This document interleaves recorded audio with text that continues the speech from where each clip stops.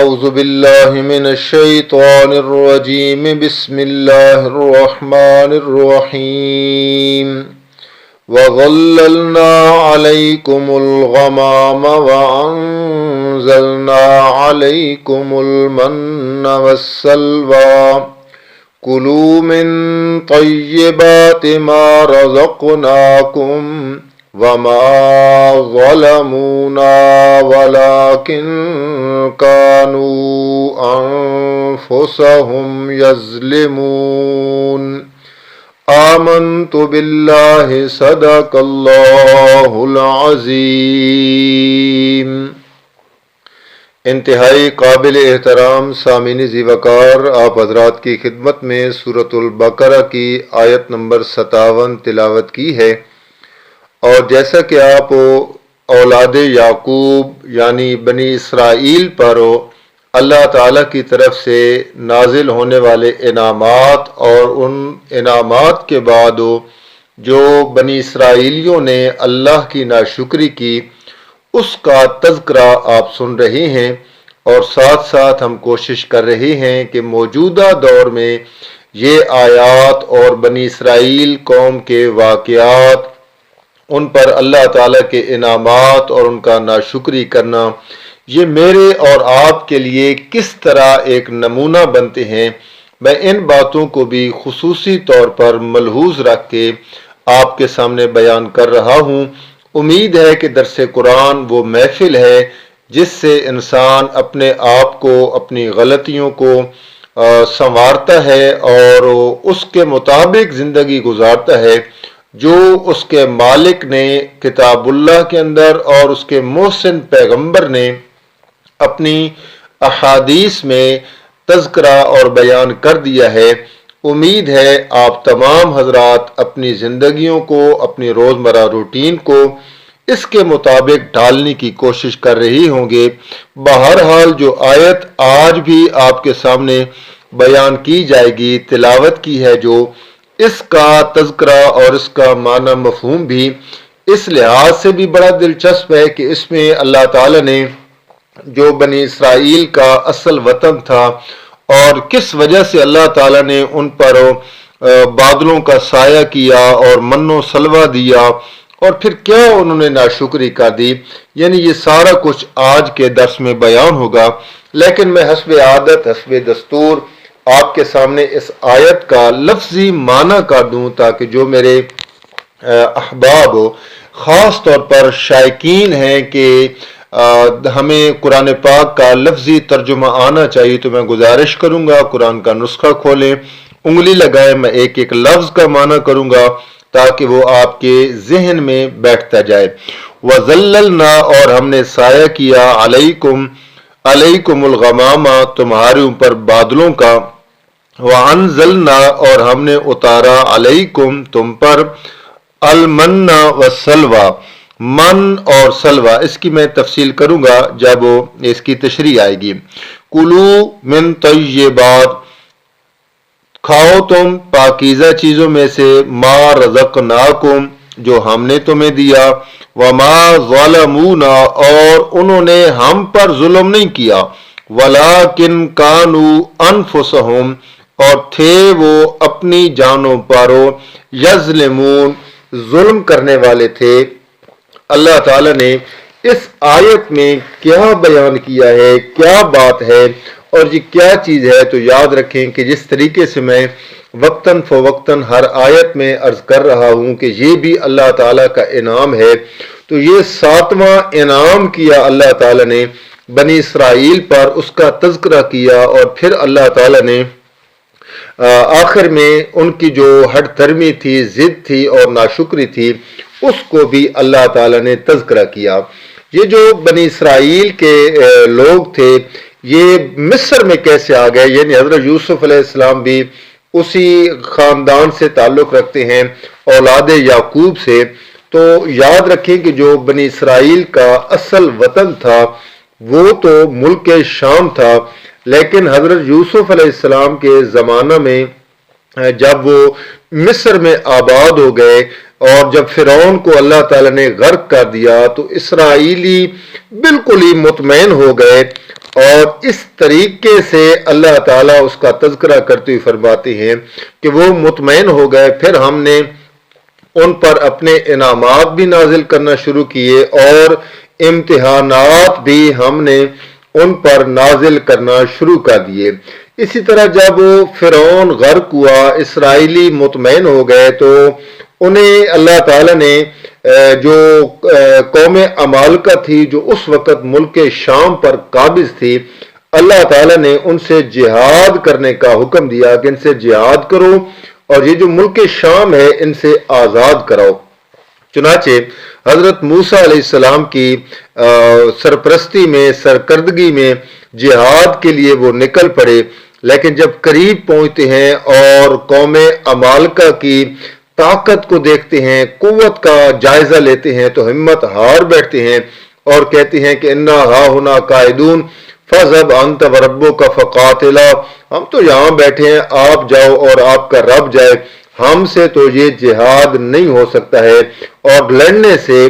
صاف انکار کر دیا۔ اس پر پھر اللہ تعالیٰ نے ان کو یہ سزا دی کہ وہ پورے 40 سال تک میدان تی میں سرگرداں رہے اور مارے مارے پھرتے رہے۔ اور میں بتاتا چلوں کہ یہ جو جنگل تھا، میدان تھا، بالکل چٹیل تھا، نہ کوئی سایہ، نہ کوئی بندہ، نہ بندے کی ذات، بالکل چٹیل میدان، اس میں کوئی سایہ دار درخت نہیں ہے اور نہ کوئی پینے کے لیے پانی ہے، نہ کوئی کھانے کے لیے چیز ہے۔ جب انہوں نے دھوپ کی شکایت کی کہ یا اللہ دھوپ بہت زیادہ سخت ہے، تو پھر اس پر اللہ تعالیٰ فرماتے ہیں ہم نے ان پر بادلوں کا سایہ مہیا کر دیا، اور جب بھوک کے لیے کہا تو پھر ہم نے انہیں من و سلوہ کا انتظام کیا۔ اس آیت میں اللہ تعالیٰ نے اسی پورے واقعہ کا اشارہ کیا ہے کہ ہم نے انہیں کیا حکم دیا تھا، انہوں نے پھر حکم عدولی کا دی، اس کے باوجود میری رحمت ان کے قریب رہی اور میری رحمت پہنچتی رہی۔ تو میں بتاتا چلوں کہ یہ جو من و سلوہ ہوتا ہے، یہ جو لفظ آپ پڑھتے ہیں من یعنی المن، یہ کیا چیز ہے؟ تو یہ ایک گوند نما چیز ہوتی ہے، اس کے متشابہ ہوتی ہے، ایک میٹھی چیز ہوتی ہے۔ جس طرح آپ صبح درختوں پر ہو، درختوں کے پتوں پر شبنم کے قطرے دیکھتے ہیں، موسم ہو، بادل ہوں اور شبنم کے قطرے گرے پڑے ہوں، اس طریقے سے یہ جو ایک تھی المنو، یہ اللہ تعالیٰ پتوں پر لگا دیتا اور وہ صبح اٹھ کر اس کو کھاتے اور بڑے مزے سے کھاتے۔ تو اللہ تعالیٰ نے پھر انہیں یہ بھی حکم دیا تھا کہ اس کو جمع نہیں کرنا، بلکہ جو آپ کھا لو بس کھا لو، باقی ادھر ہی چھوڑ دینی ہے۔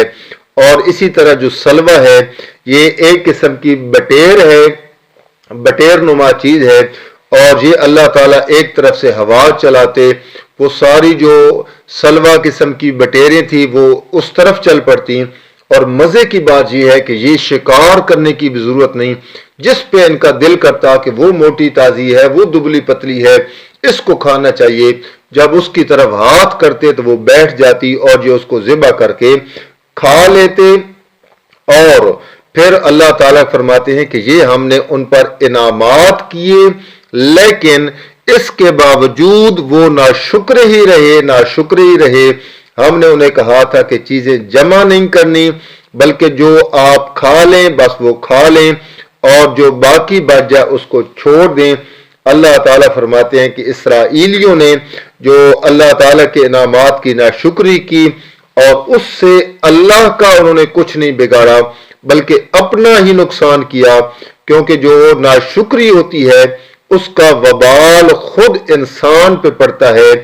اور اس میں اللہ کا کوئی نقصان نہیں ہوتا۔ بعض مفسرین نے یہ بھی لکھا ہے کہ جو بنی اسرائیل کو حکم تھا کہ وہ صرف اتنا ہی من و سلوہ جمع کریں جتنا وہ کھا سکیں اور آئندہ کے لیے جمع نہ کریں، مگر ان کے اندر حرص تھا، لالچ تھا، وہ باز نہ آئے اور انہوں نے ذخیرہ اندوزی کر کے اللہ کی نافرمانی کی۔ اس طرح انہوں نے اپنی جانوں پر ظلم کیا، یعنی اللہ کے حکموں کی خلاف ورزی کرنا۔ اللہ تعالیٰ ایک چیز کا حکم دے اور اس حکم کی بندہ عدولی کرتا ہے تو ظاہر بات ہے وہ اللہ کے احکامات کی ناشکری کرتا ہے۔ لیکن آپ آیات میں یہ سن رہے ہیں، یہ پڑھ رہے ہیں کہ کس طریقے سے اللہ کے حکموں کی نافرمانی کرنے کے بعد بھی اللہ تعالیٰ بندے کو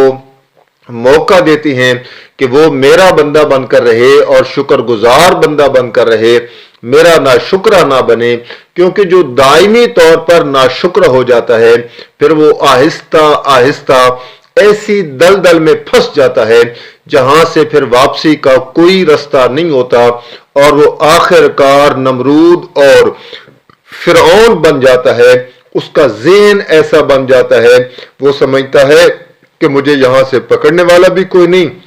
میری طاقت اتنی ہے، میرا روب اتنا ہے، میرا دبدبہ اتنا ہے، میرا جلال اتنا ہے، اور کوئی کہتا ہے اللہ میرے اوپر بڑا راضی ہے، یعنی رشوت کا پیسہ لیا، حرام کا پیسہ لیا، کوٹھی بنگلہ بنایا، اس پہ لکھ دیا ھذا من فضل ربی، اور یہ سمجھتا ہے کہ اگر یہ غلط ہوتا اور اللہ کی ناراضگی کا سبب ہوتا تو یقیناً اللہ تعالیٰ میری گرفت کرتا، لیکن اللہ تعالیٰ بعض اوقات بندے کو ڈھیل دے دیتے ہیں، چھوڑ دیتے ہیں کہ یہ آگے جتنا غلطیاں کرے گا اتنا میرے عذاب کا شکار ہوگا۔ تو جب اللہ تعالیٰ کسی نعمت کا اظہار کرتے ہیں، نزول کرتے ہیں بندے پر، تو بندے کو اس نعمت کی ناشکری نہیں کرنی چاہیے بلکہ شکر گزار ہونا چاہیے۔ اور میں سمجھتا ہوں کہ نہ صرف اللہ تعالیٰ کی کوئی ایک نعمت ہے بلکہ صبح سے لے کر شام تک بارہا بے شمار نعمتیں ہیں جو اللہ تعالیٰ اپنے بندوں پر نچھاور کرتے ہیں۔ تو خلاصہ یہ نکلتا ہے کہ جس طریقے سے بنی اسرائیل کے لوگوں نے من و سلوہ کھا کر اور اس طریقے سے بادلوں کے سائے کر کے اللہ تعالیٰ نے انہیں نعمت دی ہے، ہمارے اوپر بھی اللہ تعالیٰ اسی طرح نعمتیں کرتا ہے، لیکن میں سمجھتا ہوں کہ جس طریقے سے انہوں نے ناشکری کی ہے، یہ ناشکری کا عنصر ہمارے اندر بھی پایا جاتا ہے۔ آپ دیکھتے نہیں ہیں کہ بارشیں بسا کے اللہ تعالیٰ لوگوں کی فصلوں کو آباد کرتے ہیں، دھڑا دھڑ دانے آتے ہیں، آبادیاں ہوتی ہیں، چارہ بڑھتا ہے، ڈنگر چوپائے پانی پیتے ہیں، فراوانی ہو جاتی ہے، گھاس اگتا ہے، اور لوگوں کی جو غلہ اناج ہے وہ زیادہ ہوتا ہے۔ لیکن اپنے سینے پہ ہاتھ رکھ کے ذرا اس بات کو سوچیے گا، کتنے فیصد لوگ ہیں جو عشر صحیح مقدار میں ادا کرتے ہیں؟ غلہ بیچ دیا ہے، مال اب آ گیا ہے۔ کتنے لوگ ہیں جو زکوٰۃ ادا کرتے ہیں؟ ڈنگر چوپائے موٹے تازے ہو گئے ہیں۔ کتنے لوگ ہیں جو قربانی کے فریضے سے سرشار ہوتے ہیں؟ میں سمجھتا ہوں یہی اللہ کی ناشکری ہے۔ اللہ تعالیٰ انسان پر آزمائشیں بھی ڈالتا ہے، اپنی نعمتیں بھی کرتا ہے۔ انسان کو دونوں صورتوں میں سرخرو ہونا چاہیے اور مالک کے در کے ساتھ چپٹا رہنا چاہیے، اس کا در نہیں چھوڑنا چاہیے۔ اسی میں انسان کی کامیابی ہے۔ وما علینا الا البلاغ۔